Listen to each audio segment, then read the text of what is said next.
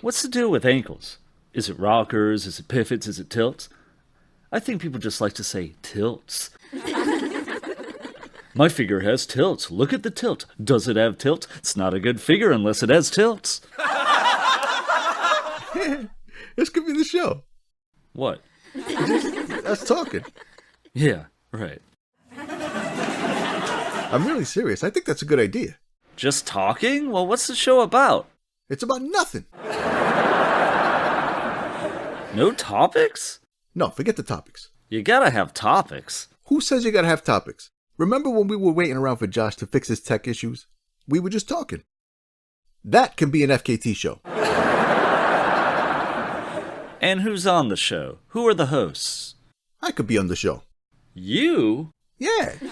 So on the show there's a host named RD Blade? Yeah, there's something wrong with that. I'm a character. People are always saying to me, you know, you're quite a character. And who else is on the show? Josh could be a character. And Drew.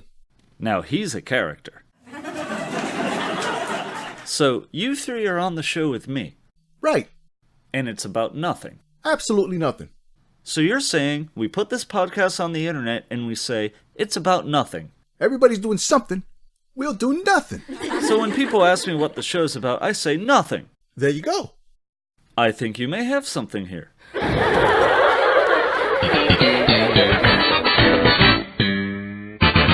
Welcome to Figure Nights Theater, episode 20, which is titled... A show about nothing! Alright, and as usual, I'm your host, Andrew Schatz. With me are my co-host, RD Blade. I know I got it wrong. What's up, Internet? Drew Merkel. Yo! And Josh Carius. Greetings, fellow Earth humans. Alright. Did you say it wrong, RD? I said it wrong. It's fine. Okay. It sounded okay to me. I said it right in the skit, so I can live with that. Okay. Copy paste. Copy paste. It's different. The show title is different than what the line was in the skit. So you're probably fine. Okay. All right. Anyway, let's see. I wasn't on last time because I had this horrible migraine, but I put my little edits in there, so hopefully yes, no people one enjoyed could this. tell you weren't here.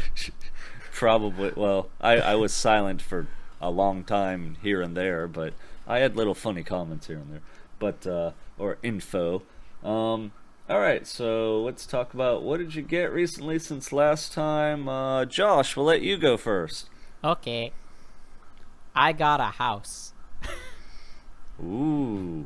Not like my house. My parents got the house. I'm just paying we can't rent. beat that. But yeah, we're working on moving right now. But I actually have a bedroom and then a separate studio room where my collection's going. Ooh. And there were a bunch of bookshelves in the basement of the new house that the old owners left behind. So I claimed all of those, and now they're in the studio. And I have this wall of shelves, and it's beautiful. And I only have like half of them set up right now. But Nice. And not one book on them. no, why would I put books on the shelves? They're for toys, gosh darn it. Oh, okay. Yeah. But more related, I got the Reprolabels set for MP10 Mm-hmm. and the Titan's Return, Skull Cruncher, and Revenge of the Fallen Leader Optimus Prime, of all things. Yeah, that very, very old set. But I got it specifically to get the little tiny Autobot symbol to put on the grill of the LTO2 KO Masterpiece Movie Prime. It fits. It does require just the tiniest bit of trimming around the edges, but then it'll fit in there. And the set actually comes with two, so I did apply the other one to the Revenge of the Fallen Prime. Very nice. There you go. All right. Is that all you got, Josh? Yep. Cool. Well, getting a new house and shelves is always nice. I need to get some shelves myself. Let's see. Drew, what did you get? Did I talk about my signed poster last time? No. Because I think that's about all I got. I got the SDCC Seige poster that's signed by Shogo Hasui. Awesome. Bless you. Yes, I knew that was coming. That's why I did it that way. I don't think I bought anything else. I did have a run-in with the Lego Voltron, which was awesome. Nice. Tell us about that. Well, we were out and about and out of town over the weekend, and we hopped by the Disney Springs Lego store, and there he was. Mm-hmm. And I was looking at it in the case, and the manager came up talking to us, and then after we had moved on, he walked out with a tub which contained the individual lions. Nice. And he let me touch them and manipulate them, and so I set them all out and took a nice picture of them, and I got to pick them up and look and see how everything kind of worked, and yeah, that's on my Christmas list. Oh, nice. Awesome. Guys, it was cool. So he let you touch his mini lion bots. Very nice. That's a set that I've been considering, even though I try not to go down the Lego rabbit hole anymore. But there are a couple where I would delve back in. But yeah, that's really cool. To you, RD, did you get anything, buddy? Yeah, I just got the leader class Rodimus. I found that in the store and just impulse bought it. Nice. Did you open it yet? No. I still have Rodimus Unicronus, and I still haven't opened that one either. So I don't know what I don't know what I'm doing. I'm shaking my head at you, Artie. I can feel it. Your camera's off, but I can feel it. Mm-hmm. You're on your way to being a mint and sealed box collector. And I got the rest of the guys from Abominus. I was able to form him. Oh, nice. Last episode, I had them in the mail, and now they're here, and he is really impressive, even without the add-on parts. He looks really cool. Yeah, I agree. Do you have which one is the one with the wings? Cutthroat. Do you have him as an arm or a leg? I have him as a leg. Okay. I have him as an arm just because I thought it looked better, but it's nice to have options. Yes, it is. Yeah, and that TF Dreamwave upgrade kit, that's going to make it look so much nicer. Oh, yeah. Even though it doesn't look bad, but yeah. What's cartoon accurate? The dark hair. The dark hair. Dark head. No, I meant what's cartoon accurate? Him as an arm or a leg? I believe it's the leg, but Yeah, I think you're right. I think Blot is an arm, and then Cutthroat is a leg, is accurate. And I don't know which side he's supposed to go. Any of them are supposed to be on. I think I referenced the G1 image when I put them together. Oh, cool. There we go. All right. Well, that's cool. Did you get anything else? No, that's it. All right. Well, that's cool. What'd you get? All right. Well, I've been on well, I'm not going to list everything I got since the last time I was on because that would take too long. But, yeah, I have got a ton of Marvel Legends recently. Just been on a Marvel Legends run, had pre-orders come in and some other stuff. So I got the Marvel Legends X-Men Apocalypse wave. So I made the build of figure Apocalypse. He's awesome. Oh. That wave is really solid. There's not really a dud in there. I would say standouts for me, the new Wolverine is just excellent. It's everything you'd want from a Wolverine. The shoulder pads can move, kind of rotate up and down above the shoulder, so they don't impede movement at all, and you can readjust them depending what position he's in. Is that the yellow one? Yeah, it's like the yellow and blue tiger stripe kind of costume, like the cartoon or the '90s comic, and I love it. It's just exactly what I wanted from a Wolverine. It's a near perfect figure, I'd say. Then another standout would be Storm, and that surprised me. Like, she looked good, but I mean, just she stands up just fine, no balance issues, and for that's probably the best female Marvel Legend body I've experienced yet. It's just perfect, and she looks great. She kind of has like a coy smile on her face, which I thought was cool. She has little painted on lightning bolt earrings. She has a really crazy like mohawk haircut, and there's actually shading on it because her hair's white. Then it has kind of a light blue gray kind of highlights in there, so that's really cool. And then she came with lightning effects as well, and it's I don't know what outfit that this is referencing, but let me see. That is the Days of Future Past, I believe. It could be, yeah. She has like it's like a halter top on, showing all the midriff, and looks kind of black and leathery, and she has two belts that crisscross on her waist, and those look really cool too. I mean, they just really did a good job with her, and of course, Apocalypse, the Build-A-Figure, is badass. So I got those. Then I got from the new Deadpool wave, I got Omega Red and Bishop, and both of those are great, especially Omega Red with his tentacles that come out of his arms. He comes with like short ones, or you can put really long ones on, so I thought that was cool. And yeah, make every tentacle joke you want. But wow. I don't know what to call him, but I just remember he'd wrap like the X-Men up in them and make them sick or feel terrible somehow. But yeah, he's pretty cool. Then I started getting some of those Marvel Studios figures. So I got the SDCC Red Skull with the Tesseract. Like, it comes with a life-size Tesseract that lights up, and that's actually really cool. My only complaint with that is you have to take it all the way apart to turn it off or on. Well, to turn it on, it'll auto turn off after like 3 to 5 minutes. Or there's a setting where if you hold the button down, it'll just stay on until you turn it off. I wish they had just had a button on like the outside of it or underneath it or something. But it's still pretty cool. And the Red Skull figure looks incredible. Has that nice black leather outfit, has a tiny Tesseract he can hold.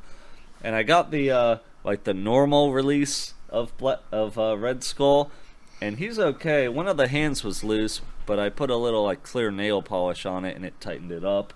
And he actually came with some parts to turn him into like different Hydra soldiers. So I'm like, well, I don't need 2 Red Skulls, so I could turn him into a Hydra soldier and he can just stand on the shelf.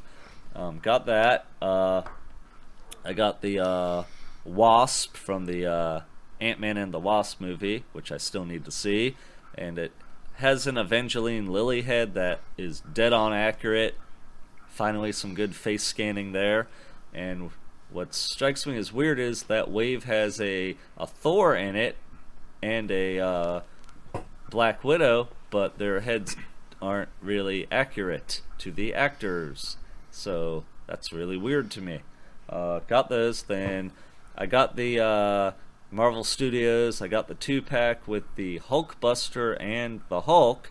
And the Hulkbuster, it's the old Build-A-Figure version, but they painted it. It's like darker red, and then they painted highlights on it. And that thing weighs almost 2 pounds. And it's really tall. It's the tallest Marvel Legend I have, and it's badass. I really love it.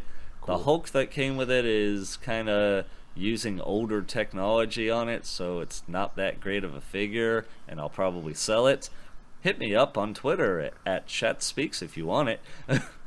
Got that, and what was the other thing I got? I got the 2-pack that had Crossbones and Captain America in it, and I like Crossbones. He's a pretty good figure. You know, has a face scanned head or the one with the mask on it. The Captain America figure, I don't care about the figure. It's a decent figure. What I did care about from him, he has an unmasked Chris Evans face scanned head and a masked one.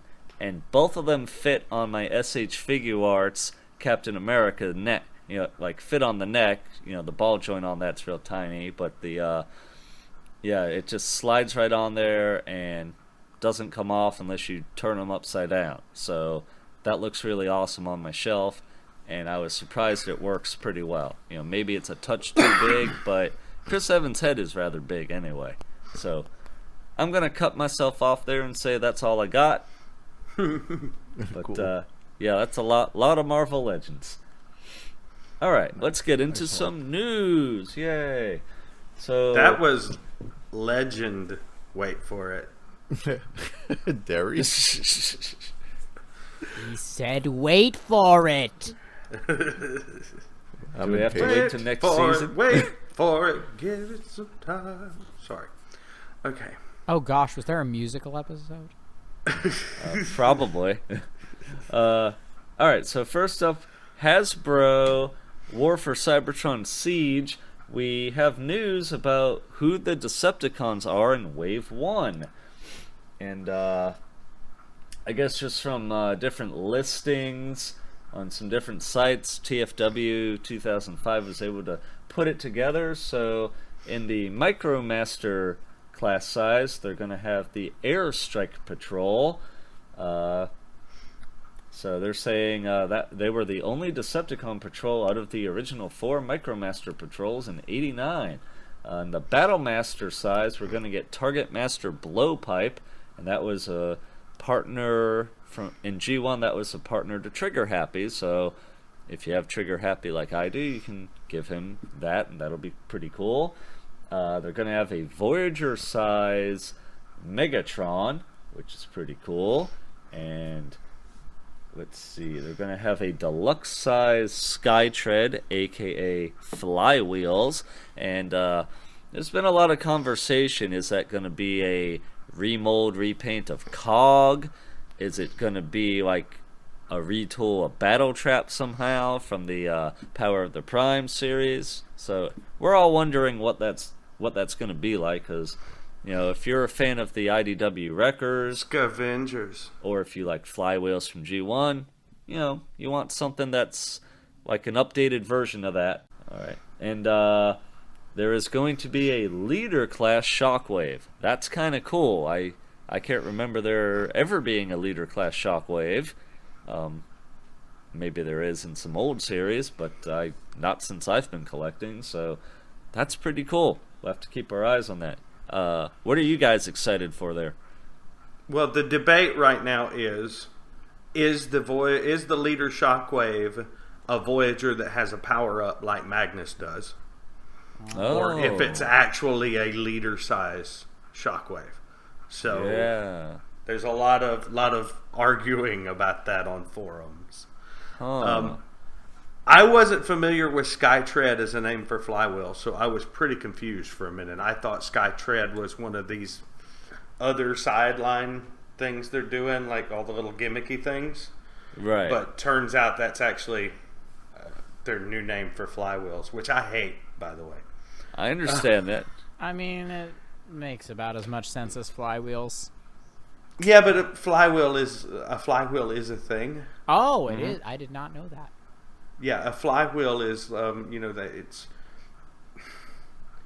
it's a big gear, but Alright. it's a part of some mechanical component. So yeah, I feel like something's missing from having an actual word for something replaced with something that's not an actual thing. That's probably why they couldn't trademark it. It's probably exactly the reason why it's not there anymore. Yeah. I'm pretty excited about these editions of like Shockwave and Megatron. I think that most of this ancillary stuff just kind of whatever. All right. Anyone else excited about any of this? Depending upon what Skytread Flywheels turns out to be, I might actually get him because he is one of the scavengers. Yeah. A rather I would get him. short-lived member of the scavengers, but a member nonetheless. It's a deluxe, and for him to go in with a group of scavengers, I think he should be a voyager. I don't. Be a little bit bigger. Yeah, I do think he was one of the larger fellows. But if it turns out good, I quite like him. So he's not going to have the Duocon gimmick. we have no idea. Yeah. Oh, okay. Yeah, everyone that's saying things, it's just speculation. No one really has info yet. The only info we have is that it's being sold as a deluxe. But it could be 2 separate figures in a pack as a deluxe. But if they're the same size as the battle trap that's in there, it might be a little bit small to be sold as a deluxe. Mm-hmm. All right. Well, I'm I wouldn't mind getting Blowpipe because I have Triggerhappy and I think the figure's cool, and I'm curious, like, it seems like all those little Battle Masters come with some type of effect piece, like a blast looking effect, or I think the Lionizer has like some like speed looking effect on it, so some of that could be kind of cool. Skytread Flywheels I'd like. Not really interested in too much else. I mean, the Ultra Magnus, I'm curious about it, but I don't really need it. And I would like to see what the Voyager Megatron looks like, since the Optimus looks decent. In truck mode it's in robot mode he looks great. So, just curious. I'm sure Megatron will be a tank and not a gun, though, but that's fine. But if he looks comparable to the Optimus Prime, that'll be a good display piece. Yeah, I agree with that. That is true. Any other comments about Seige Decepticons? I've just thought about it. If they do the same thing that they did with Battle Trap, we may be getting Skywheels and Flytread combining to create. Oh, you Did I might say that be right? right. Skywheels and Flytread combining to create Skytread. Yes. There we go. Yeah, you're probably right about that. I could see that. Drew, I forgot to mention, I did get the Badcube Red Alert, yes, which is pretty cool. I like him. The transformation, it's complicated, but it's not terrible. I've gone back and forth a couple times. He is cool. He does look more like Red Alert than the actual MP, but it's weird because it's like it doesn't make me want to replace the actual MP, which is interesting. Yeah. It's like I like the normal MP. This one's just different, and I'm not sure how I feel. It's like I like it, but I don't know what to do with it. And I was where you were about a week ago, maybe 2 weeks ago. I'm not sure when we actually talked about that a little, but. Yeah. I'm kind of over it now. Mm-hmm. Because the Badcube one it's enough better. Right. In so many ways, but it's certainly not enough for me to get rid of the MP. Yeah. I think a lot of that's because of that we have a little bit of nostalgia for that. Yeah, exactly. It was the first car mold. Yeah, Red Alert was the first car size MP I bought, so I do have nostalgia for him, so that's part of it for me, and I really like that mold as well. So are you planning to keep both then? Yeah. Yeah. Yeah. For now, that's my plan as well. And speaking of Badcube, so they started showing some a couple figures from this new line they have called Natures. The first one was Captain Huffy, which I think we talked about on the show. Oh yeah, yeah, maybe. And the next one they have, they haven't said the name yet, but it's BCN-02, and at first we thought maybe it was Warpath, but seems like it's leaning more toward being their bombshell, some type of version of that, and it looks really big and really cool. What do you think of it, Drew? I still haven't come around on that. I'm still think Yeah. it's Warpath.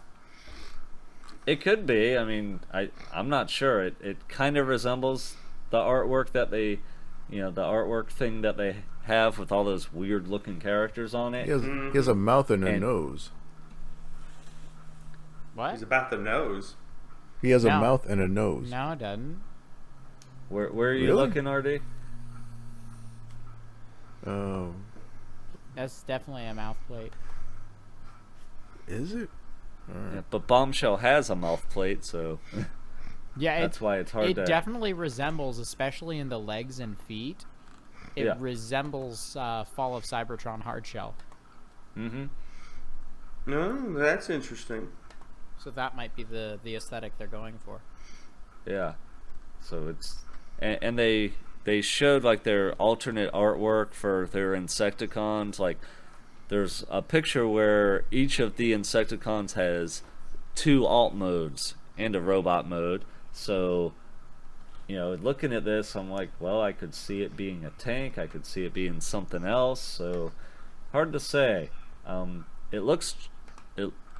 We don't know what size it is, but it looks like it would be a really big figure, like their Captain Huffy.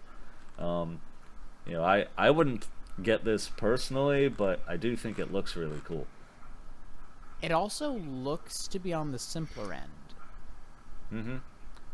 Yeah, They said they're doing that with this whole line. Mm-hmm. Like, not a bad simple, just like not super complex. Like, it looks like it could be cheaper in price. Yeah, I think that's their goal. Well, the Huffy's $50, so Wow. Okay. I've said it before. I'm all for cheaper. third parties going that direction, going a little simpler, but still keeping the core elements that we kind of expect. Like, the stereotypical ankle tilts thing. And I'm sending a picture if it'll work, which it's not. So that's The lightened picture. Yeah, I scrolled down a bit. I saw the lightened one, and Yeah, you can and see there. it takes all the mystery away. Yeah, if you go to page 4 of that thread and scroll down a bit, there's the alternate artwork that Badcube did. So you can see Hypno there that kind of sort of resembles this thing, but not totally. So it's really hard to say what this is going to be. And they also said that these things aren't necessarily exactly a thing either. Yeah, that's true as well. Yeah, that could be an original character. Yeah. And I Very think colors will interesting. decide who that can and can't be. Mm-hmm. And of course, someone made the joke that, oh, so it's Blitzwing. And I'm like, shut up. I know. Stop. Yes. That's so last week. Yes, I could use that, my new favorite meme. Not this shit again. Right. All right. I really Any like other- these Insecticons, though. Oh my Yeah, goodness. they do look cool. I love the idea of them being triple changers. Also, the evolution has made the notorious evil bug crops an even formidable threat to their adversaries. Evil bug crops. Not core, but crops. and also Spider Tank. Bum, bum, bum. Mm-hmm. Spider tank. Does what All right. Any other comments about Badcube stuff here? I got cut off. Okay. Nope, I think that's good. Okay. Next up, we have the Maas Toys, Maas. Maas Toys Decepticon Throne. Now, this is basically a purple plastic throne that resembles the one that Megatron sat on the Nemesis, I believe. And it has a little stand on the back of it, so you could put, Laserbeak up there. Your Daw. MP36 Megatron can sit on it and just look cool. It can fit other figures as well, probably your Shockwave or anything. Ooh, Probably I hadn't Opti- thought of that.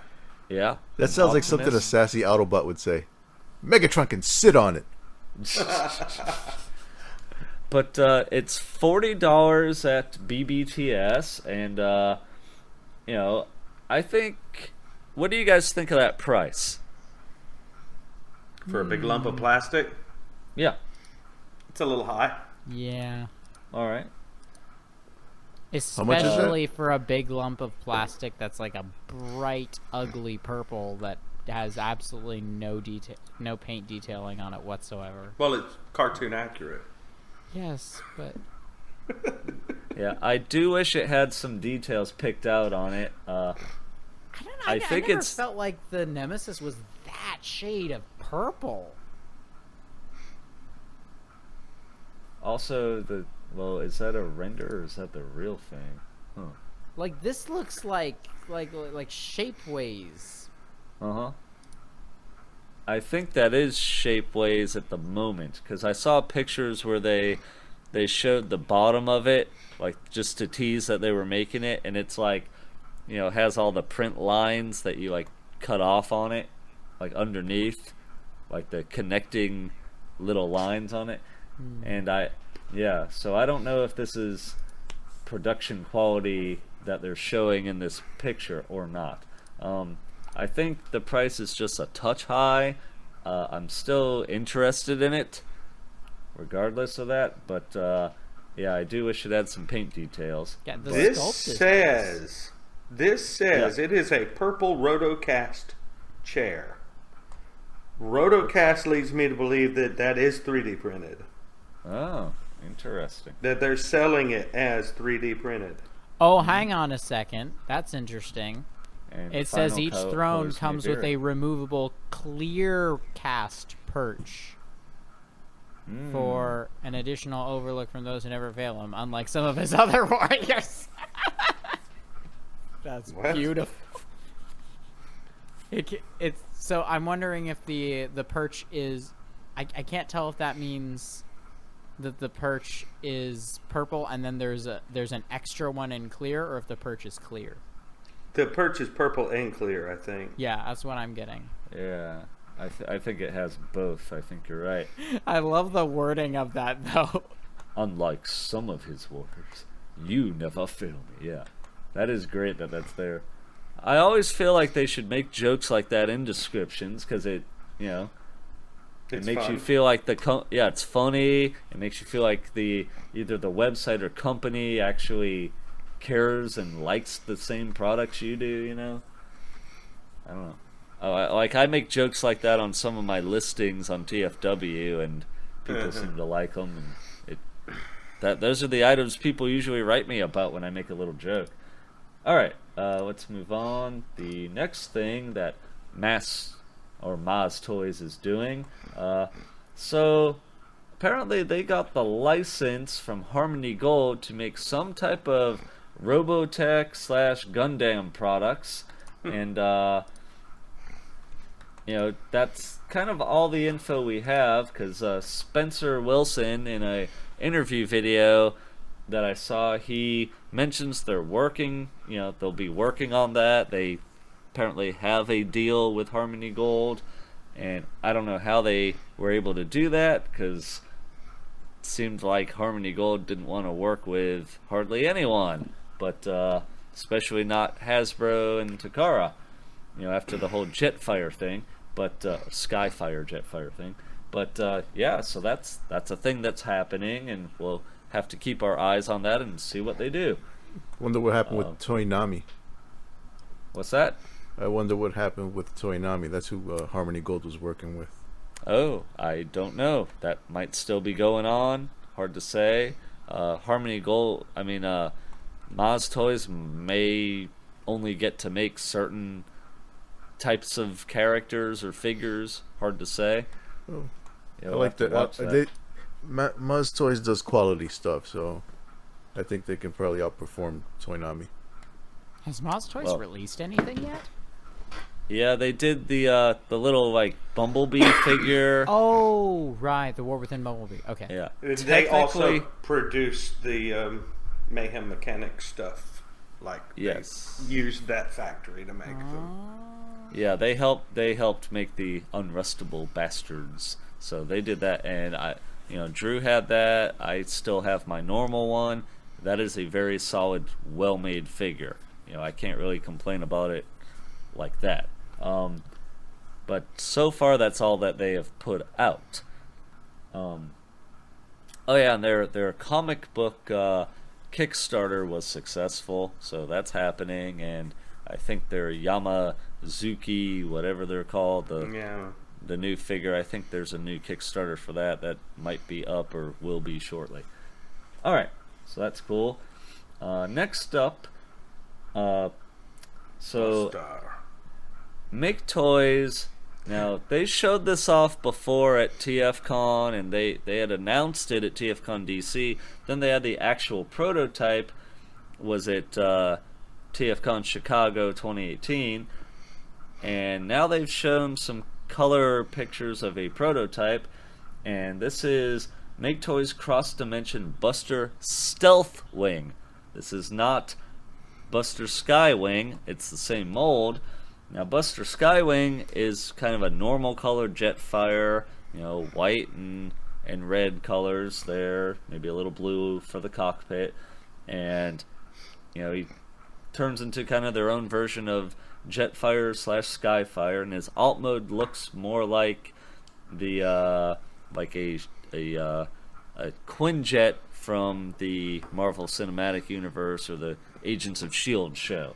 Yeah. And so Buster Stealthwing, same mold, but it's black with some red highlights, some silver highlights, and the cockpit windows are red as well. And it just looks badass like that to me. Some people thought, oh, they're only going to put it out in black, and I'm going to say no. They're going to do both the normal one and the black one because they've done that with every single mold in the line except Megatron. Everyone's come out normal and then a black version. So, plus that makes sense from a financial standpoint.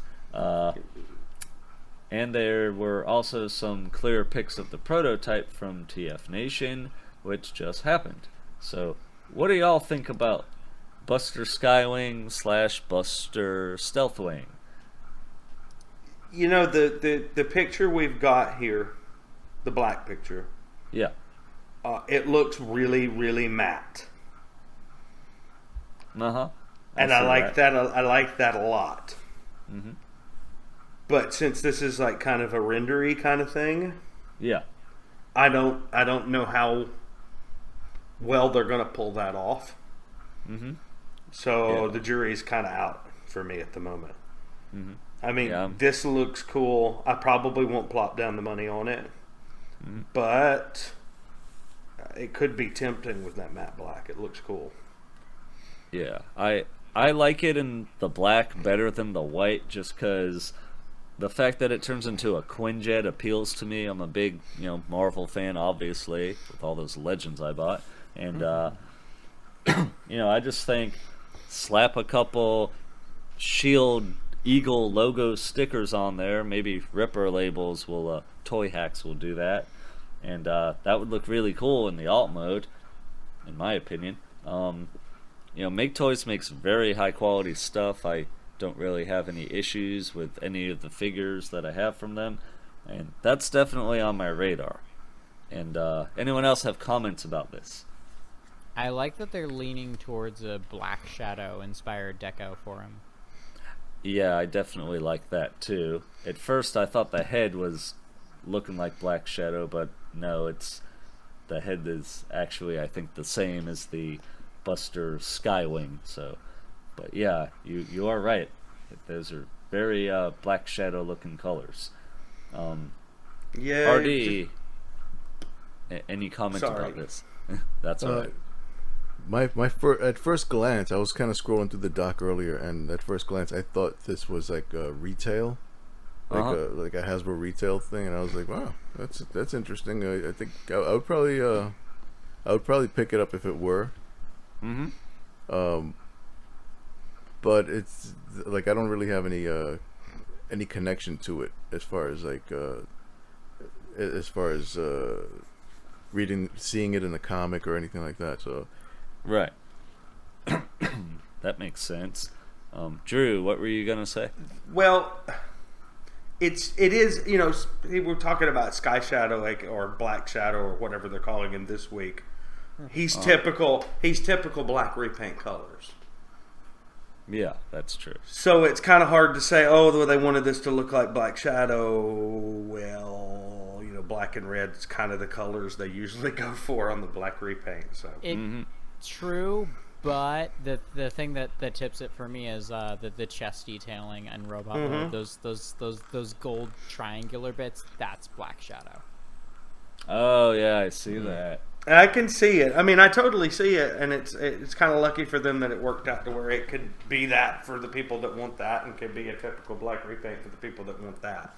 I just don't know how much thought they put into it being that, or if it just worked out that way. So is Black Shadow the bad guy? Black Shadow is the one that Tarn kills, the first one Tarn kills in the comic. Yeah. Okay. He's a phase 6er. But the war's over. Exactly. Gotcha.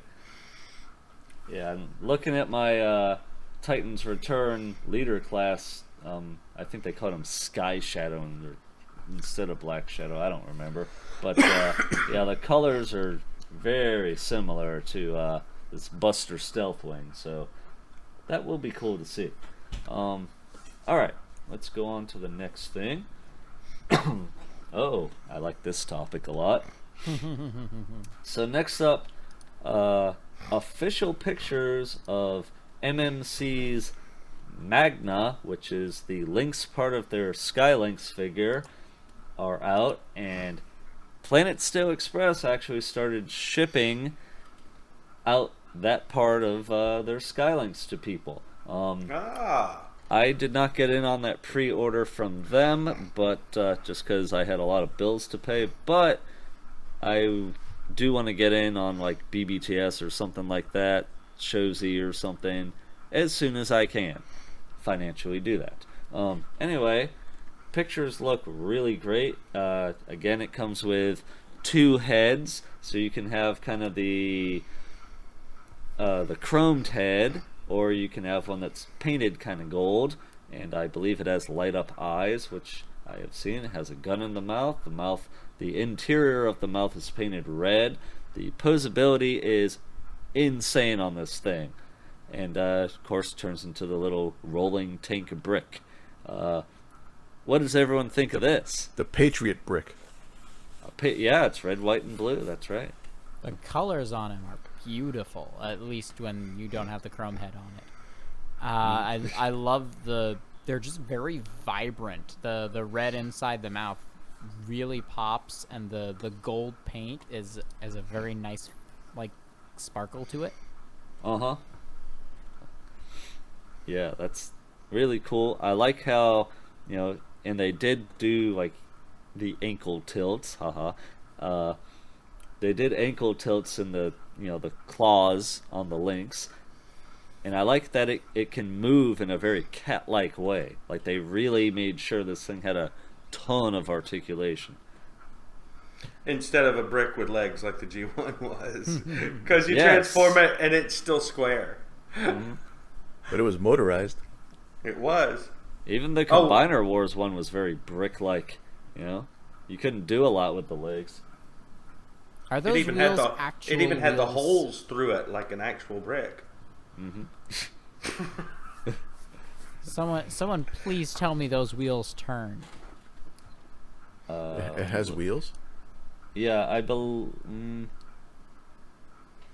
Oh yeah. I swear I saw one where the wheels were black and they did turn.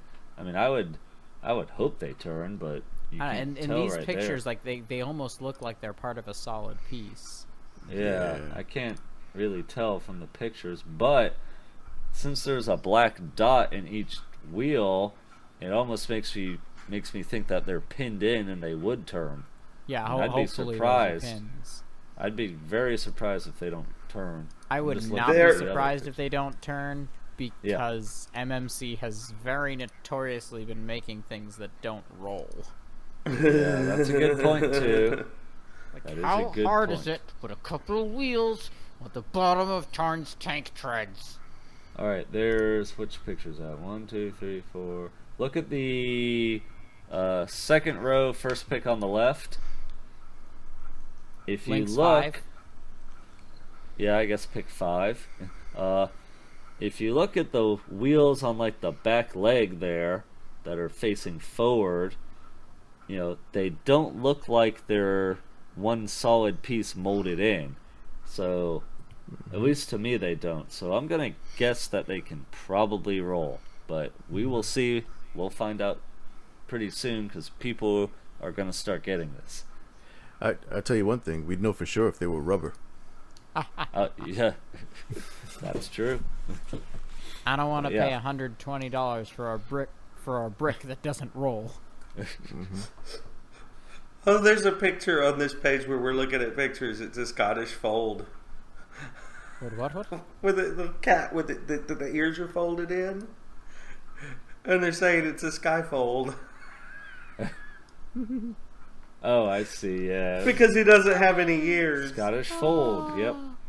Look at the kitty. Yeah, there's a kitty called a Scottish fold. Thank you, Graw. That's very cute. Yes, thank looks you, scared to Braun death. TFW.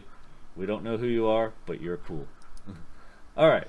Any other comments about Lynx, aka MMC Yes. Magna? Waiting for the review. Alright. I am noticing something with the eyes because we know he has a light up eyes gimmick. Yes. It looks like they have the option to light up either red or blue, but the actual it looks like the actual eyepiece is made of blue plastic, Uh-huh. and there's just either a blue or a red LED. Mm-hmm. So like some of the pictures, like there's one where you get a really good red glow, but most of the other ones you can very clearly see like a red dot surrounded by a sea of blue. Yeah, I see what you're saying. I have a question Yeah. about the chrome. Is Yes. that like a chrome helmet that goes over his normal head? Because it's the mold is different. It's a totally separate head. Okay. Yeah, so I'm pretty sure you'll take off the painted head and attach this one. Probably it's just on a ball joint, is my guess. He just had it chromed. Yep. But yeah, Oh, it's yeah. nice that they have you have your options there. So pick your favorite head, slap it on a Lynx. All right.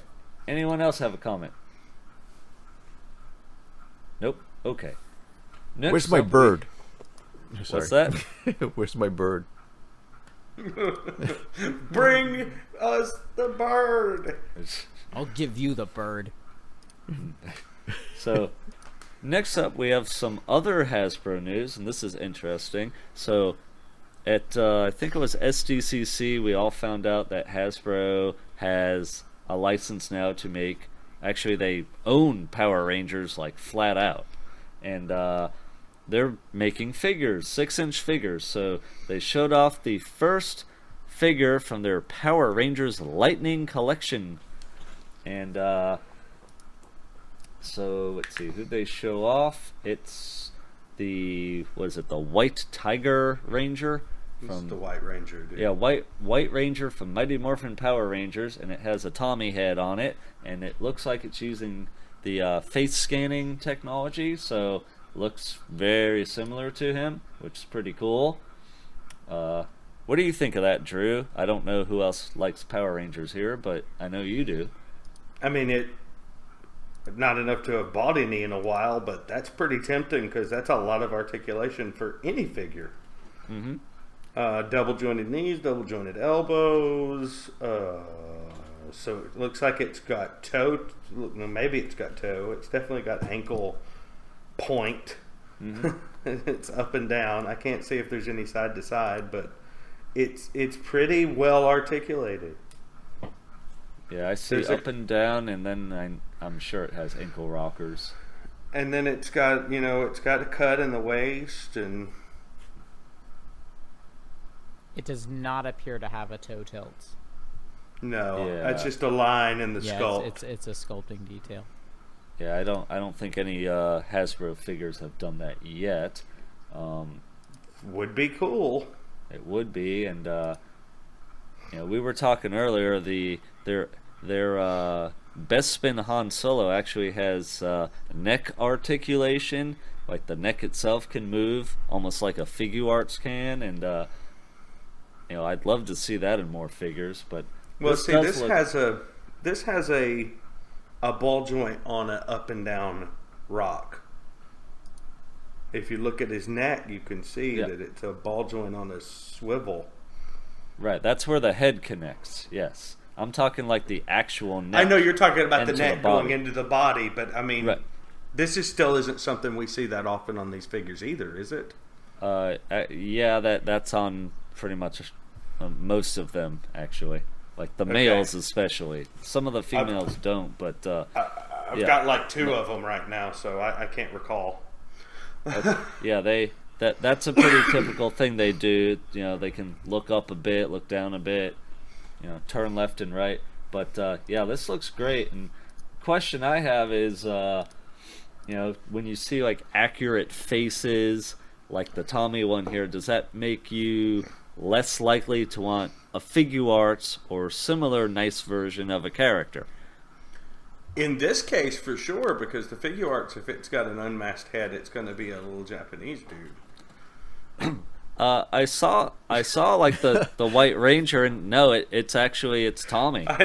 That's some of the. But I get what you're saying. Yes, they always had brought to market. Yeah. In Japan, that character is actually like a 10-year-old boy. Oh, We wow. get what you're saying, Drew. You're racist. No, I'm just saying that in that market, they're usually not the same character that we get here. Oh, okay, I gotcha. Interesting. I did not know that. I thought they just made one show and dubbed it over or something. No, Power Rangers is like a compilation of like 3 different Japanese shows all stitched together. Is it really? That's what I've understood. What's it called in like Asia? Super Sentai. That's right, Super Sentai. But what happens is they make Super Sentai, and then whoever's promoting it over here takes what they want from it. Record some of their own stuff to go with it. Maybe make some of their own costumes to add in, and then they put it in a blender and make their own show. I did not know that. In the case of the one that they're dubbing, they're modifying now, adapting, that's the better word. They actually had to, instead of using the suits, they actually had to make new suits because that's like a 5-year-old show that they're modifying from over there now. Oh, wow. So all the stuff was like worn out and trashed and dusty and whatever. So they had to make new stuff to make new scenes. Mm-hmm. Which is kind of surprising that they didn't just like take the newest version. Interesting. But yeah, so back to that question. So you'd be more likely to get like the Hasbro version than the Figuarts. If it looks good enough, yeah. Yeah. That If it makes turns sense. into a truck. Well, no, sports car is my flavor, not truck. But All right. Definitely. Why spend more money when you can get something that looks almost as good? Yeah, I agree with that, and we have, the next topic kind of plays into that to a point. Mm-hmm. All right, so next up we have Mezco 112 Collective Jim Lee Cyclops. So this just got announced a couple days ago as of this recording, and it's like a super nice Jim Lee looking 90s Cyclops. And Mezco, they like to do like cloth or faux leather outfits. So this thing looks badass. Has a couple different heads. One's just normal, one's screaming. It's his X-Men issued mission suit. Has his utility belt with harness, and unlike the Marvel Legend, it looks like it lies a little better on his body. He has combat gloves, a leather-like biker jacket with functional zipper that you can put on him. It's a brown jacket, which I recall him wearing that in the cartoon. I can't remember if he wore it in the comic, but probably. Also has his tactical boots. That's just his yellow boots, really. Let's see. So he has over 28 points of articulation. He has 2 heads I mentioned. Hand-painted authentic detailing. Ooh. About 17 centimeters tall, so I guess he's 6 inches, about 6 inches, maybe a little less. I haven't translated that. 6 interchangeable hands. He has fists, posing hands, combat hand, visor activation hand, where he has his 2 fingers out. The Marvel Legend had that too. Just one hand's a fist, I think, and the other's the 2 fingers. Yeah, so he has 4 visors. So he has a standard visor, a smoking one, like he just shot, his beam and it's smoking off of there, an optic blast, and then a mega big huge optic blast. That looks and badass. He does have light up features. And of course he comes with a display base, and let's see, and the post on the base, which is adjustable. So there's all that, and I think Good grief.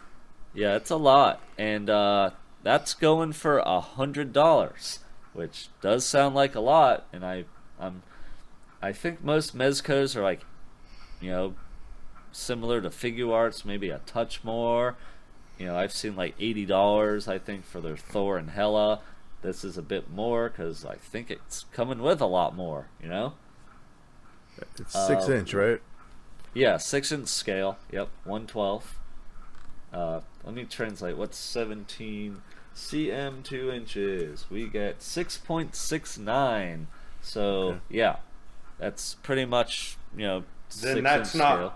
that's not really 1/12 unless this character's 7 foot tall. Yeah, he's a little tall if he's over 6 inches. Yeah, but yeah, I don't know how Mezco usually runs their stuff, but yeah, that is a little tall.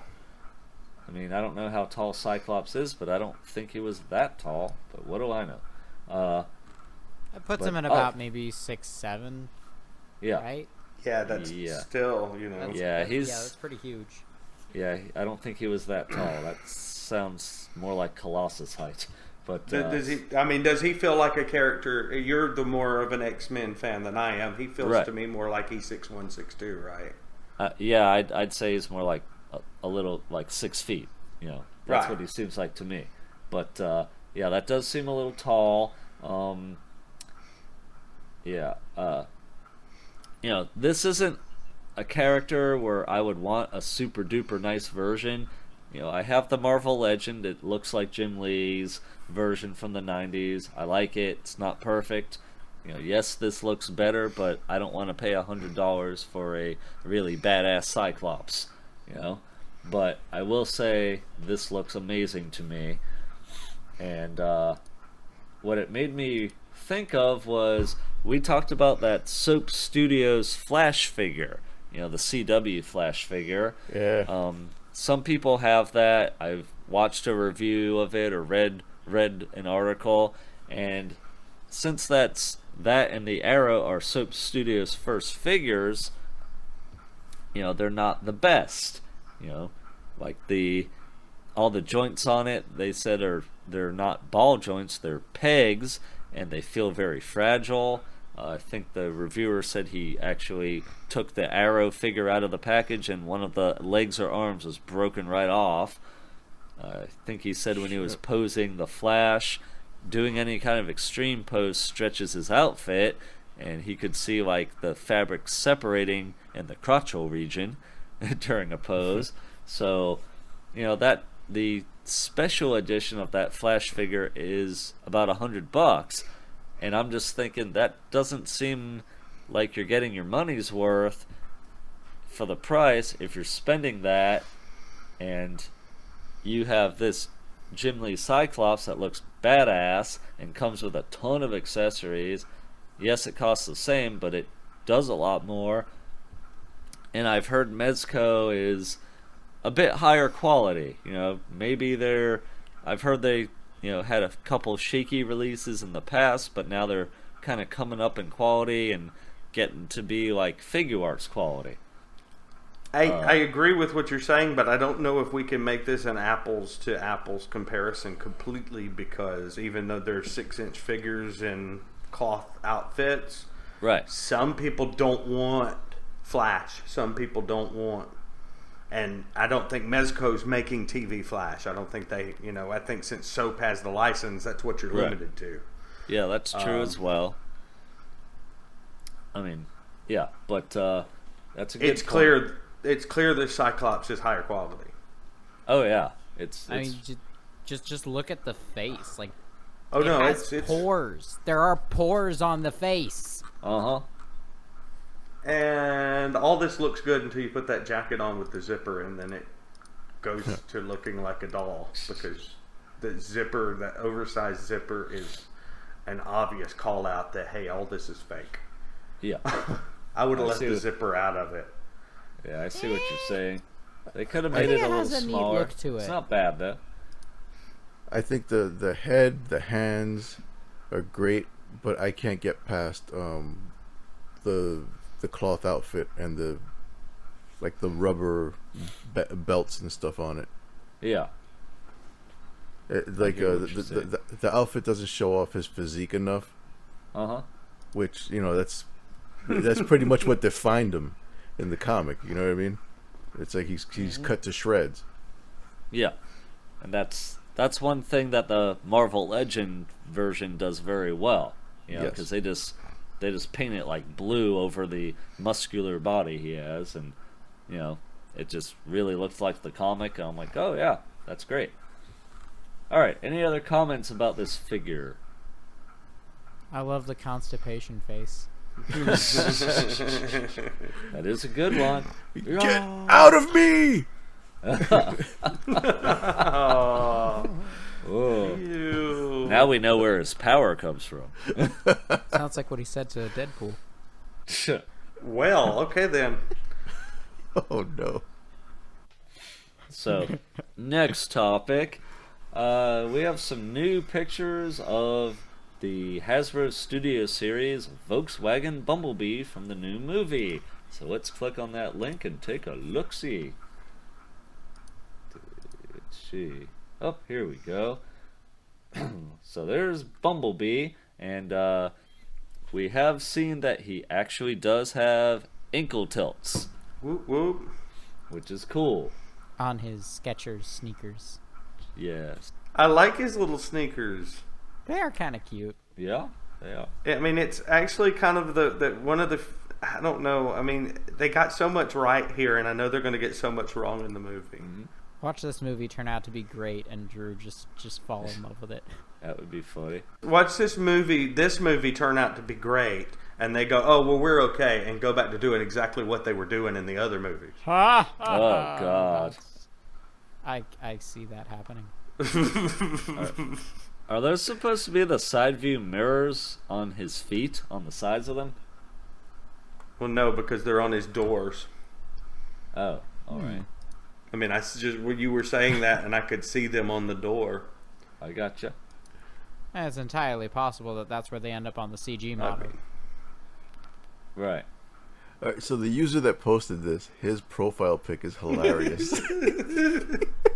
Is it just like, oh, it's a sad Sam Witwicky? Uncle Tree Studio Toys Addict, yes. Interesting. Is that Human Alliance? It must be. Bible? Yeah, he came with I think the Human Alliance B back in the day. So what do we all think of this Bumblebee figure? Josh, why don't you're our movie guy, why don't you comment? I think it's a really nice figure. All these pictures are showing off a really nice range of articulation. Mm-hmm. I'm very impressed that they're doing.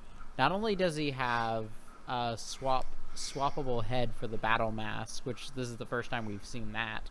He also has accessories like looks like you can swap out one of his arms to be an arm cannon, and another one has a removable or replaceable like gauntlet piece that has a blade on it.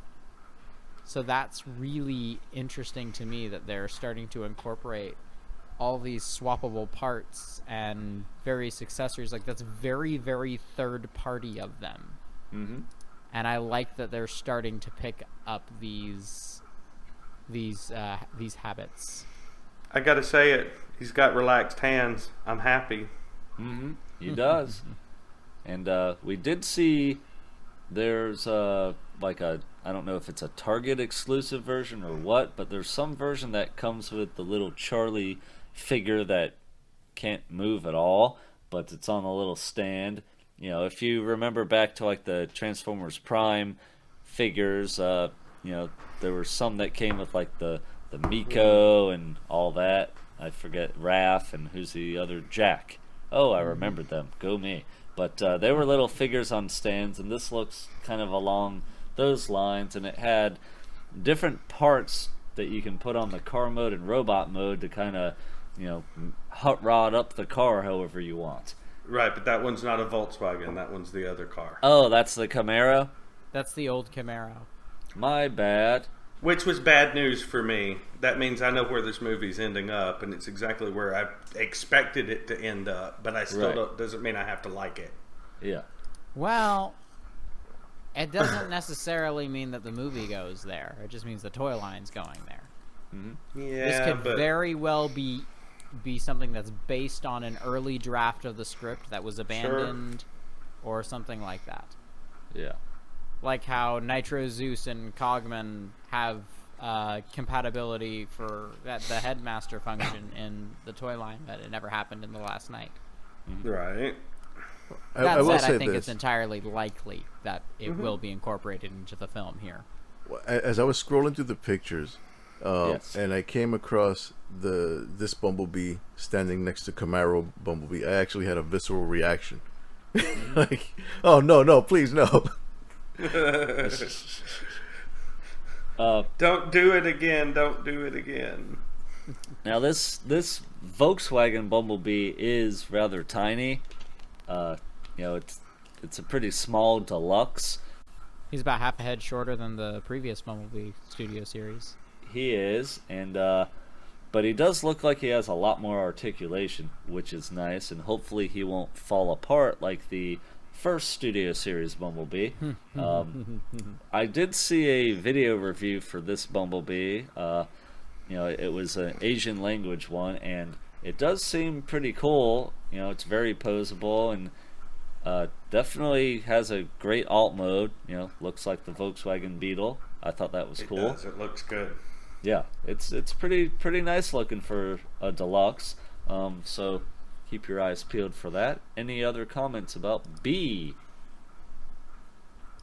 I want Bumblebee to stay a Camaro. No, not stay a Camaro. Not stay a Camaro. I want him to stay this. Uh-huh. I want him to like make this the beginning of an alternate timeline where he grows up as a Volkswagen Beetle and stays with what's her name, Charlie. and doesn't wind up with the Wiki kid as a Camaro. Mm-hmm. Okay, that's all I want. Well, They're that would shattering be my nice. hopes and We'll see. dreams. Yeah, they probably will. Yep. And we'll be talking more about what people say about the movies later. All right. Next up, speaking of movie figures, we have TF Dream Factory is making an oversized knockoff Studio Series Megatron, and what I find funny is our document says OSKOSS Megatron, and then if you think about it, there is a oversized Studio Series Starscream coming, so that would be a OSKOSSSS. So that's fun. Anyway, let's talk about this Megatron. Does he come with the Photoshop electricity effect? Of course. Yes. Okay. He has a Tesla coil built into him. Alright, so this is an oversized Studio Series Megatron with some extra parts and a hell of a nice paint job. I mean, good lord, look, that paint job's amazing. Yeah, it's awesome. Yeah, Josh, why don't you tell us about it? Well, here's what I love about it.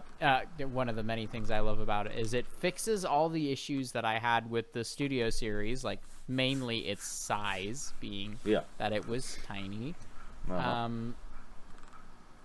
At least compared to my collection now. It bulks up the legs, adds a lot of the panels that were missing from there, and just sort of cleans up that look. It gives him the option to have a right arm, as opposed to the giant cannon piece, which I love the cannon piece, but I love options. It completely redoes the head sculpt, and look at that thing. It is demonic. I love it. That's exactly what he looks like in the movie itself. And it's really, really sinister. And the thing that I love most about all of this is that this thing is going to look beautiful next to the LTO2 that I have for my movie masterpiece Optimus Prime. Like the paint jobs will complement very, very nicely. Yeah, I see you have the picture with them, with it next to like the leader class Starscream, and then the, I don't think that's LTO2 there. That's the official NPM Optimus. But yeah, I think you're right. It would fit in well because he is taller than Optimus by a decent bit in the movie, right? Yes. Yeah. And while that's not my preference, I'll accept it. Yeah, this thing looks amazing. I don't know if pre-orders are up yet, but yes, Drew. I just hope it actually happens. I just hope when it does happen, that it actually looks like these pictures, because every one of these is retouched. No, the one with the size comparison with that I actually have in the dock, because I couldn't find it in the thread later. Okay, I think I'm in the wrong link. Then let me look at that, because I'm seeing a whole bunch of like photo. Oh, yeah, it's right below. That's not very clear though. It's not, but you can it definitely still has that quality. I see it now. Paint to it. Okay. Yeah. Then oh wait. Okay, yeah. Like that's clearly a lazy, not touched up at all photo. Yes. My bad. I was just in the thread looking at the pictures going, these are all photoshopped. I don't know if it's going to look this good or not. Hopefully the actual final product will look that good, because good lord, that paint job's amazing. And this is not my favorite version of the movie Megatron. I like, the Dark of the Moon truck, which supposedly the same company's making, but they've been making it for a while, so I don't know if it's coming. They've been supposedly making a lot of things. Yeah, but this thing looks like it's about done and ready to go. And you picked a good topic there, because that's a drop dead gorgeous looking figure. Like, I don't really care nice. if they ever actually release release the figure to retailers. I was like, there is clearly a physical thing. I will buy that one that they have pictures of. You and about 800 other people that you'll have to fight for it. Oh yeah. And I've seen you. You don't look like a fighter. In the words of Ken Watanabe. Let them fight. All right. Any other comments about this awesome looking Megatron? Even I think it looks good. Oh, look at that. Drew's impressed. And that's not easy to do. That was me doing a spit take with my Gatorade. It's the same body from the ride, which I love the ride. Uh-huh. Okay. Anyway, next. All right. So next we've, the main part of the show is shorter because there just isn't a lot of news going around, but so we have some discussion topics. So first up, my buddy Scott Silver sent this in. He said, what figure do you feel is most missing from a line, official or unofficial? For me, it's Fans Project's Function X Hardhead. A second one would be Star Saber from Power of the Primes. The gimmick was made for him. And he said, I heard that on TFW, but I agree. Alright, well, who wants to go first? Josh? Alrighty. 5 hours later. I've got a couple of ones that specifically I have not seen any indication that anyone is going to do them. Uh-huh. And the biggest one for me is a More Than Meets the Eye styled Night Beat. Yes, I would love that too. Nothing for him. I have the Generations one that's a repaint of, or that's a repaint of the IDW Bumblebee, but it doesn't look like him. And even with the upgrade kit I got for him, it barely looks like him. It still looks like it's a blue Bumblebee with Nightbeat's head and chest. Yes. And it's not a great figure to start No, with. it's No, not. it is not. It is a floppy mess. Yeah. On top of that, I feel also More Than Meets the Eye styled Drift. Nothing against the Generations one. That one's nice, but there's nothing that represents Drift as he appears in More Than Meets the Eye. Even MMC did Spotlight, or did the Drift miniseries version. Yeah, that's a great figure, but you are absolutely correct. That is not it's not as More Than Meets the Eye body at all. Yeah, I don't even care which More Than Meets the Eye body. I just one of them. Yeah, okay, that would be I nice. kind of would prefer the first one, but and alongside that, Ratchet. More Than Meets the Eye Ratchet's got nothing. Yeah, there just aren't a lot of there to try. Like, there aren't a lot of third-party Ratchets, period. Like, Planet X has one, then there's some Legends ones, and, there was, like, I think, like, some company made a MP-styled one, but that's it, really. He just doesn't get a lot of love, so I'm with you there. I want some I'm with Ratchet. you there, too, in a sense of More Than Meets the Eye, like, period? Yeah, except, in general. Except that the fact that, like, MMC's hitting all the, like, heavy hitters. But More Than Meets the Eye is not really about heavy hitter characters. Right. Like they're missing the point, but and don't get me wrong, I know everybody's happy they've done a DJD. I'm not saying they shouldn't have, but somebody should have stepped in and given us a More Than Meets the Eye style getaway.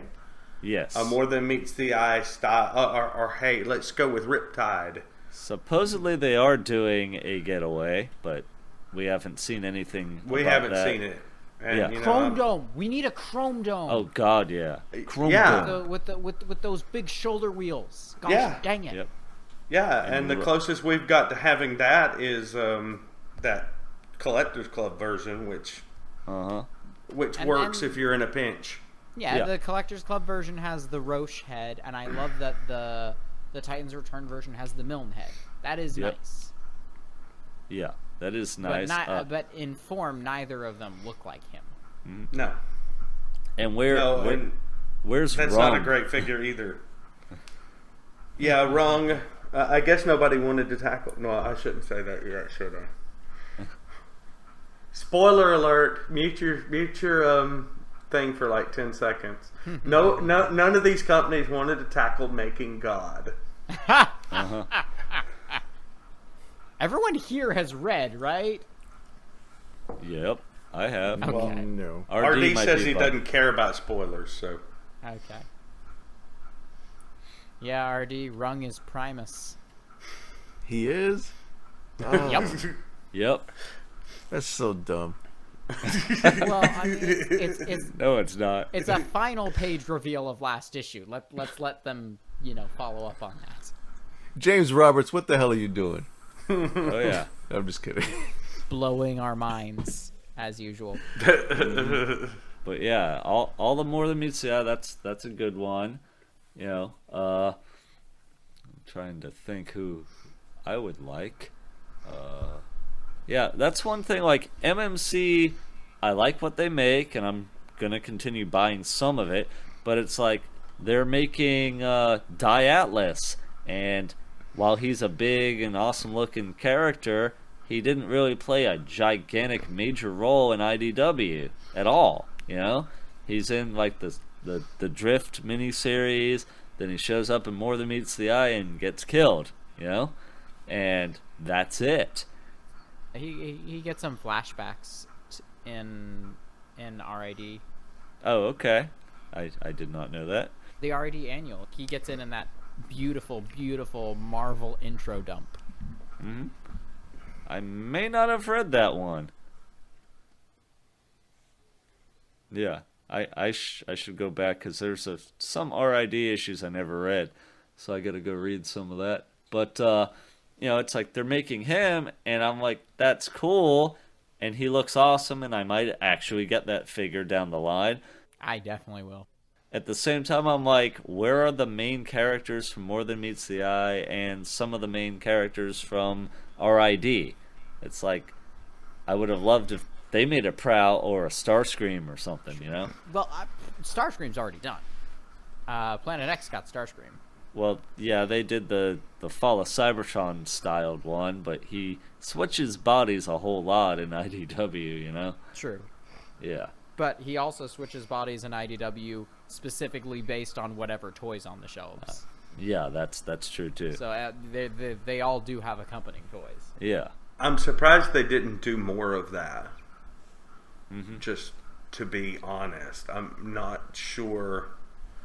Don't get me wrong. The Milne and Roach designs are like vastly superior to most of the toys we've gotten. Mm-hmm. But it is kind of nice to be reading a good story and be able to go to like Walmart and get the guy that you're reading about in the form that you're reading about him in. That would be lovely if Walmart had Transformers. Yeah. Well, they do. They just don't have any good ones right now. Yeah. Like, I'm wondering if we'll see that with the Seige line. Like, if they're going to do more, you know, crossing over like that with the toy design being in the comic. That's one thing I liked when I started reading IDW. First thing I read was All Hail Megatron. And I was that's like, classic Sideswipe and Sunstreaker, and it's their classic bodies through and through. And Masterpiece Seekers. yeah, exactly. That's what I was going to say. I had the Walmart-looking Masterpiece Skywarp, and I was like, oh, wow, look, someone, you know, whoever drew this copied that exactly, and it's right there in the comic. And I thought that was badass. Oh, well, Andrew, let me direct you to E.J. Sue's issue of Lost Lights. Yeah, there's been a bit of people raising Cain because Chrome Dome's alt mode is G1. Oh, yeah, I remember that. Yeah. And the Rodimus alt mode is MMC's, right? an MMC figure, yeah. Drift gets it too. Oh, yeah. Lost Light Drift 19. looks, yeah, Drift looks just like his alt mode from MMC. Yes, that was very interesting. And Ratchet is the deluxe Transformers Prime one. Oh, yeah, he is, isn't he? Wait, who's who? Ratchet Oh. is his alt mode is drawn as the Prime Deluxe figure. Oh, yes, that's right. Anyway, one thing Scott said here that a lot of my buddies in my little one of my chats on Facebook, he said, you know, we all kind of thought Starsaber would work really well with the Power of the Primes gimmick. You know, you have a smaller bot that, you know, combines with kind of a spaceship and makes a bigger robot. I'm like, yeah, that could work. That would have worked fine there. Although, if the leaders from Seige are going to be like Ultra Magnus, they might do them in that line, you know? They might. Yeah, we still might get that. Alright, any other comments about that topic? Just on Starsaber, I believe I saw somewhere that Hasbro actually initially had plans for a Starsaber. For the Power of the Primes line that I guess they probably abandoned when Optimus Primal won the vote. Okay. My guess is they had preliminary design sketches for everyone who was involved in that vote, which was like Star Saber, Unknown Evil, Deathsaurus, Hound, Ultra Magnus, and so forth. Mm-hmm. How the heck did Hound even get in there? I don't know. That's a little weird. But this right. question was deja vu, but everybody gave different answers this time. I answered Ape Face. Anybody remember that? Oh yeah, I do remember you talking about Ape Face. Okay. And there is an Ape Face coming from the Function X line. So I'm okay with that. They're actually making that now, so that's kind of cool. I have no memory of this whatsoever. Yeah, I like vaguely remember it, but yeah. Anyway, next question from Stuart Christensen. Stu! Ert Christensen. What do the Figure Knights think of displays, sets, and dioramas? Would you or do you have a big setup like the Arc of Cybertron? How big is too big for dedicating space for a display for your collection? All right. RD, you want to take this one? You want to go first, Drew? Go ahead. Well, I just want to say one little comment. Yeah. I have one shelf that's dedicated to 5 figures. That is What true. 5? And they are in a display, and it is kind of a diorama. Mm-hmm. It's your band. That's right. So Nice. For me, that's a big yes. Okay, RD can go now. I agree with Drew. you also have a robot band? No, I like the idea of having a nice display diorama. I don't have anything like that. I have everything set up in the Tolfs. But I have a lot of them. And the Arc of Cybertron thing, that would be awesome. If I had the room for something like that, I actually saw a YouTube video of a dad building something like that for his son. Wow. Yeah, Yes, he used, I remember seeing that. He used what was that called? The command center. I forgot who made it, but iGear, the iGear command center. Oh yeah. And then I he remember built that. the arc around it using styrene. It was amazing. Wow. Wow. I also saw a Metroplex, like somebody made a bunch of shelves and then formed them into Metroplex. Oh, Yes, I've seen I that saw one. that thing. That's awesome. So I mean, if I had the space and the the know-how, I would do something like that. But I'm okay with just the Tolfs for the time being. I have a lot of figures on my shelves here, and if I had the space, I would love to set up like a giant battle scene with my Marvel Legends. The the MCU ones. I just think that would be awesome. They could all fight Thanos, and I don't have the Black Order yet, but I'll probably go after them at some point. And I just think that would be amazing to see that if I had the space. I don't. As I said earlier, right now I would just like to get a bookshelf or two just to move some of my, my 6-inch figures off of the floating shelves and onto those, so make more room for Transformers and the like. But I mean, I think it would be awesome to have a diorama or some type of display for that. And I think if you have an entire room that's dedicated for some giant display / diorama, that's probably edging on a bit much. Does my giant green screen area count as like a... Yes, Okay. because you could make that into anything. Bit much. A bit much. But that is 3 whole pieces of poster board. Yeah, that's not bad then. I think that's fine. Yeah, it's not like taking up the entire room or the entire wall in a room, is it? No. Yeah. Just a corner of like a 10-foot table. Yeah, that's reasonable to me. Yeah. All right. Any other comments about this one? Nope. I Oh, there's don't one. have any any displays or any like big diorama sets or anything like that. Uh-huh. I'm more of a just pose my I pose my figures on a shelf. Like try to organize it. Like I have specific shelves for the movie figures, specific ones for More Than Meets the Eye, so forth. But I've nothing against the whole diorama thing. It's just like not something I've ever gotten into. I think like, you know, if you've got the space for it, display your figures like in whatever way makes you happy, yo. Mm-hmm. Oh, while we're here, did anybody else see Robin Song's Triptychon versus Metroplex setup?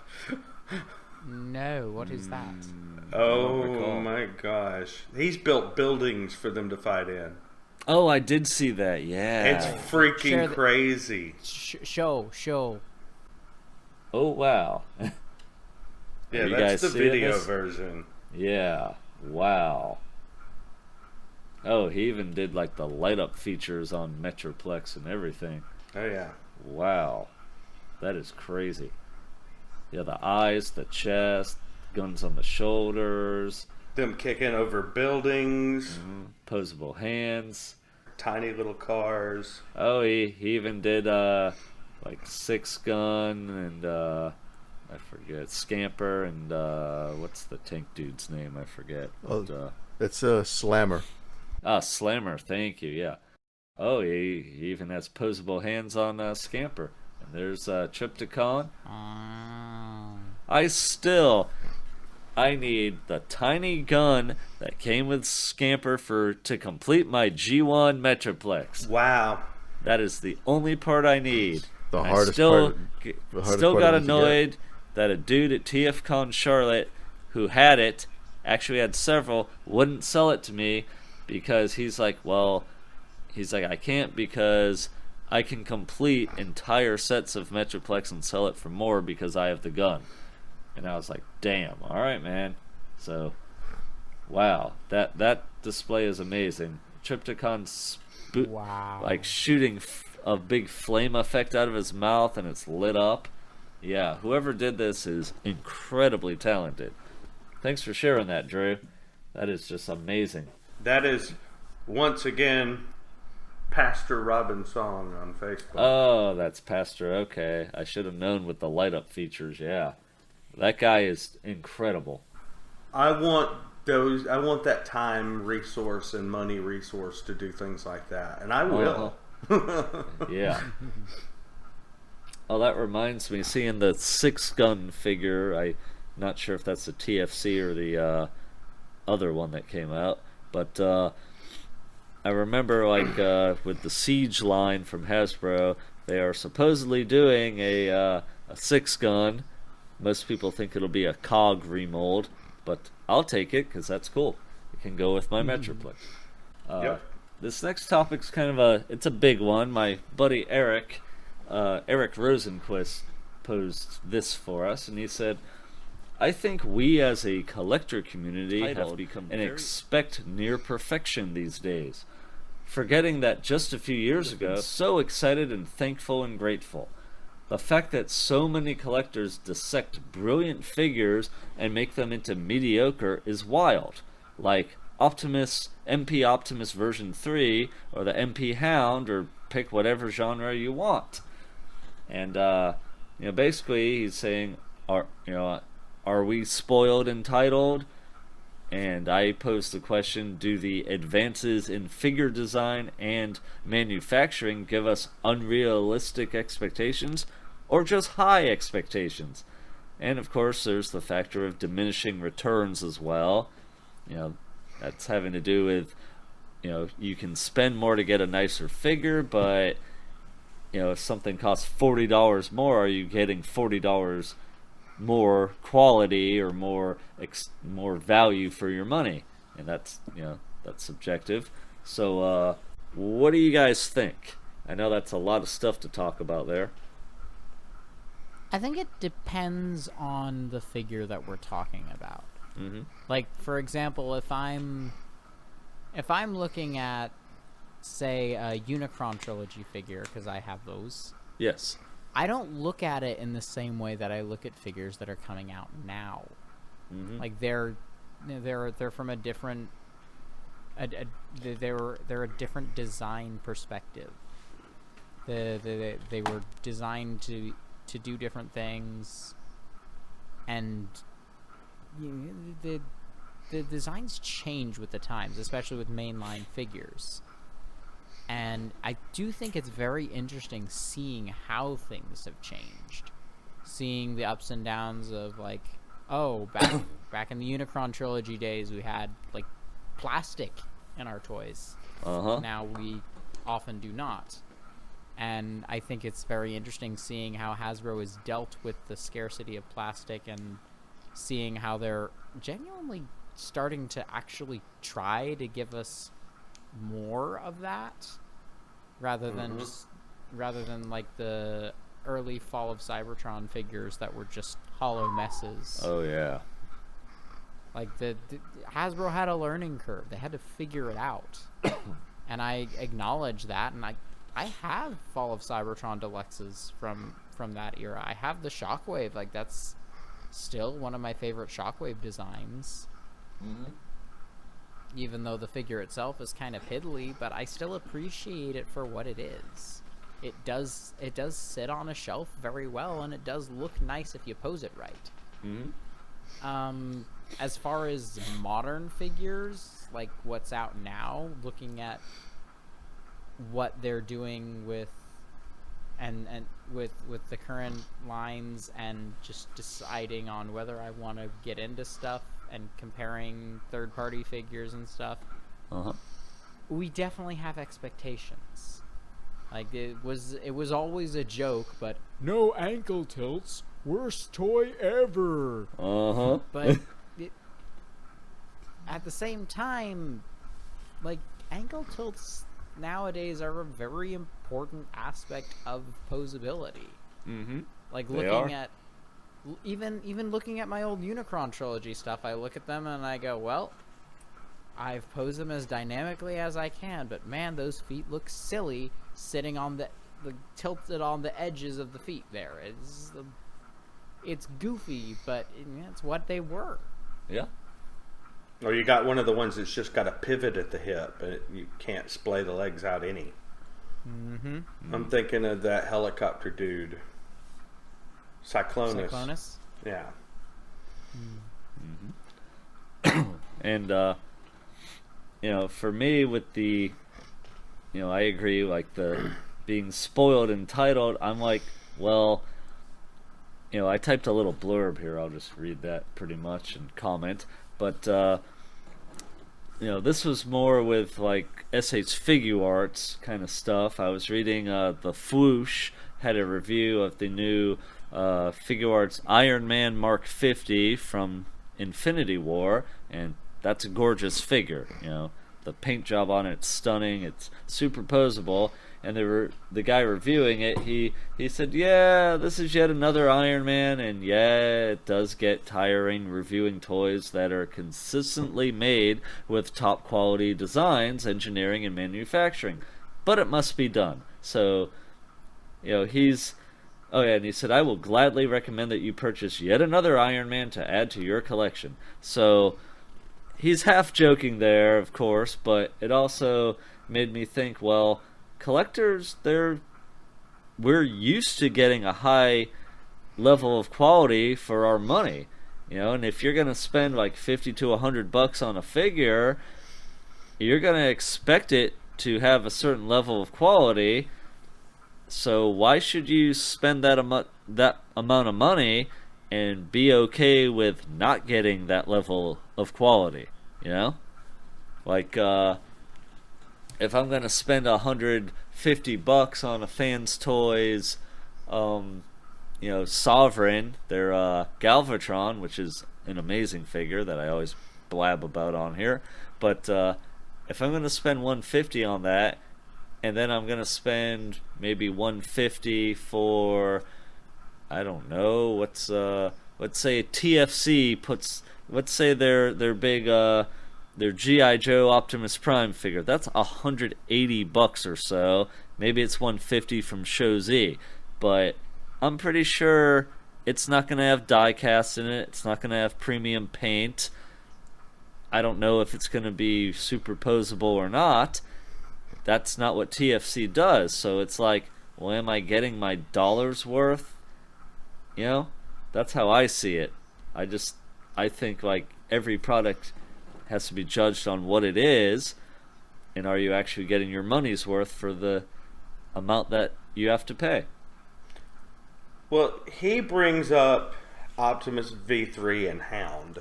Right. He's saying people are slamming those figures. Some are praising, some are slamming them. But go ahead. I think in that conversation you have to consider that the line did kind of an about face. Yeah. There are a lot of people out there that had 20 some masterpieces already, and you get to like let's say we get to 30 as just a random number I plucked out of the air, and all of a sudden, well, they don't look like, they just don't look the same anymore. And they don't look the same anymore, and they cost more. So I think a lot of your negativity in those discussions comes from the people who didn't want the change to occur to start with, and especially didn't want the change to occur, and it cost them more money. Yeah, that definitely makes sense. We are spoiled and entitled. I mean, I'm not going to argue that the articulation on the Masterpiece Sunstreaker isn't better than any other car that came before it. It obviously clearly is. Right. But they also changed styles. They changed designers. And when you're talking about something that's branded as Masterpiece, well, you expect people to pick it apart if you're going to be so bold as to call it Masterpiece anyway. Well, check it. We're talking about people that have been there from the very beginning with MPO1, and right. If you look at that figure, it was loaded with die cast, rubber tires. It had shock absorbers, like it had springs in the tires. Like there was all kinds of attention to detail put into that, and with a price point of $100. Yes. You know what I mean? Flash forward to now, everything is smaller and costs more. Has less quality, plastic tires, and it doesn't feel right. If you were there from the beginning, if you were there with MPO1, like and you look at the way things are now, you're like, this is fucked up. This isn't fair. Yeah. But they were never going to make a full cast of characters in that hyper over the top MPO1 kind of a design. Like, you were never going to see Sideswipe in scale with that, with all those parts. We almost did, because they started making the Seekers. They started they made Megatron. Wasn't that great, but they made the Seekers. I mean, what did they get up to? Grimlock. Grimlock and I guess Rodimus Prime, right? Because Rodimus Prime's 9. And then that was when they reset with MP10. Yeah. But I mean, it felt like we were if like even then, even with Grimlock, the price shot up to $159, I believe. And that didn't feel right, yeah. It was like, you know, that was like the beginning of it, and you could sense it was like a freight train. There's gonna be no end to this. They're gonna keep raising the fucking price, and you know, we don't have a say in it, and they're gonna blame it on the price of oil and all that other shit. But I think it was a lie. I think it was I think they just wanted to fucking ring us for as much as they could get. Sure, because we used to get rubber tires and wheels that turned together and full interiors for $20 a pop on the shelf. Oh, yeah. So yeah, I do feel like I'm entitled to get my money's worth, and I don't feel like that's what we're getting now. We're getting high quality stuff. Don't get me wrong.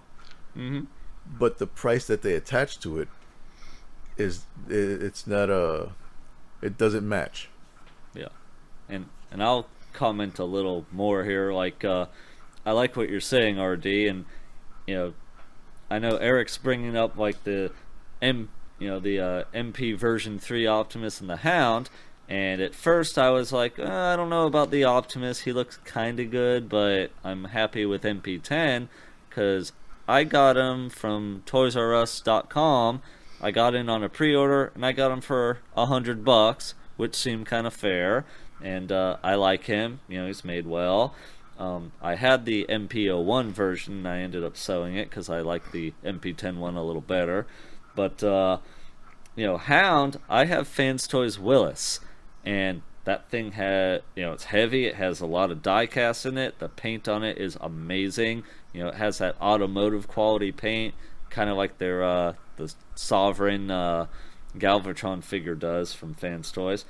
And I put it on my desk just to check it out more because I haven't in a while. And I'm looking at it, and I'm looking at the pictures of this new MP, and I'm like, I kind of like Willis better, and he has rubber tires as well, which is really cool. And I just think even if the MP is more accurate, I am not the biggest fan of that super duper tune accurate look. Like, I prefer the old Hasui style, and it just makes me think, wouldn't it be better if Takara put out both kind of styles of each MP from here forward? Because they're going back and doing the tune accurate paint jobs of the older ones, so why don't they do the same for the newer ones and be like, okay, well, here's your tune accurate version, here's your like hybrid style one like Hasui did, where it's hitting a little of the toy, hitting a little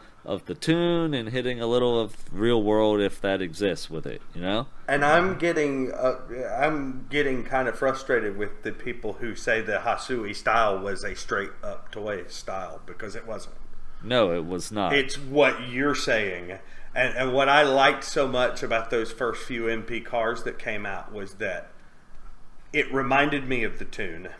Mm-hmm. It looked like a real car, and what you got in the middle was something that you could almost look at it and go, wow, that could be real. Yeah. And this tune style doesn't really give me that feeling. Mm-hmm. And to that point, I've kind of bandied this around a little, and I've said this a little bit, but it's true. I'm out. Mm-hmm. I'm out on MP. And that includes MP wannabes and MP whatever else is from this point forward. MP's done for me. Yeah. What it was is not happening anymore, and I'm out. Mm-hmm. I'm slowly heading that direction as well, because I don't feel I'm excited to see this new Optimus and the new Hound, but it's like I already have those characters. I kind of don't want to spend the money to upgrade constantly, Like getting that Badcube Red Alert, I was like, oh yeah, let me get that. I love Red Alert. And then when I had it, I was like, he's really cool, but I don't want to replace my MP Red Alert with him. And then I thought, well, I don't really want two Hounds and have to sell off one of them, because it's like the second the MP's announced, people start selling off Willis, and he was going for $300 at one point, and overnight that dropped down to like less, like $80 or so. I don't know what he goes for now, but I saw people selling it for $80, and he was going for $100 at first. So that's part of it too, I think. Anyone else want to comment? I think we've kind of wrung that out. All right. We don't think we're that entitled so much as we want to feel like we get our money's worth, or we feel like the line changed in a direction that didn't suit us or whatever. But we're also not the ones on the TFW like tearing the figure down in front of everybody and calling other figures pieces of shit and whatever else they do on there. Yeah, I mean, I don't think they're bad. Like the stuff that's coming out now, I don't think it's bad. No, it's not. It's pretty good. Yeah. Yeah. And Drew, you have something typed here about entitlement. Yeah. Go ahead. When you said entitlement when talking about this question to me, I guess it was in the chat. My head immediately went to Voltron. And all of that controversy that's going on right now. And I don't know if anybody here is like watching that, not caught up. So, no, I'm not caught up with Voltron. A new season just dropped, right? New season just dropped. Yeah, it's very good. You should watch it. Yes, I it is will. very good. You should watch it. But there was a bit of controversy over some characters and sexual orientation and other things that happened. And the show was trying really hard to give people a representation, and it just wasn't enough for them, and they got mad anyway. And there were some missteps on the side of the production, and there were some missteps on, and there, it wasn't completely unjustified anger, but as with anything on the internet, people took it too damn far. And I see a lot of that too with people. There are people that are posting the Cyberverse clips that are coming out like really excited about them. And when somebody posts something really that they're really excited about it, I usually tend to go, okay, I don't want to get into this conversation and tell them how much I think it blows, Right. because that hurts people's feelings. And I think as a whole of the human race, we should start looking at situations, especially on the internet, because people get on the internet and they think they're anonymous, and they don't care if they say the thing that makes somebody's whole day miserable. Some people wear it like a badge of honor. Yeah. Yeah, they think that they're the troll god or something. More like a badge of dishonor. Yeah, it's real easy when you're commenting online to just see a name, so that person to you, they're not a real person, it's just some screen name, Yeah. So Right. it's real easy to not think, oh, that's a person who has feelings and thoughts of their own, and to treat them with the same level of respect that you would want to be treated with. So you have a very good point there, Drew. As far as entitlement on that, would I love it if they made a Transformers show again that was exactly what I wanted it to be? Hell yeah, I'd love it. But, that's not what it's about. In fact, listening to the fans, and this is an example for Voltron, listening to the fans and pandering them a little more than maybe they should is what got them in this controversy to start with. So it was supposed to be like an implied relationship, Yes. and people were bitching because it wasn't like Brokeback Planet. Right. Pretty much, yes. And the marketing didn't help because they made several posters featuring the two characters together, and kind of they outed their rep before they gave the show a chance to do it, and then therefore people were expecting more. Yeah, and you see these characters together, and it's like, I don't even think they're on the screen together for 5 minutes. I don't even think it was that long. So No. yeah, I get people's outrage if they wanted more, but I didn't see any of. I just heard that there's gonna be a character that comes out as homosexual, and I was like, oh, okay, I wonder who it is. And then when I saw the show, I was like, oh, okay, well, that's cool. And I thought the way that they did it was very tasteful and nice, and it wasn't in your face. It's just like, hey, here's this, and It's a thing, and we move on. yeah, this is what's going on, and those two are together, and that's how that works, and let's go on. And I was like, oh, that's nice, I like that. It wasn't like, hey, this person's gay and they're with this person, and like you said, RD, it wasn't Brokeback Planet. It was just normal and nice, and I was like, oh, that's cool. That no one made a big deal of it. I was like, that's how it should be. All right, any other comments on this topic? Just that I don't, we mentioned the live action movies here in the little blurb. Oh yeah, I want to yeah. put out there that they don't make these movies for me. So no matter how much I bitch about them, if they're still making money with them and it still helps the brand, then good for them. Yeah,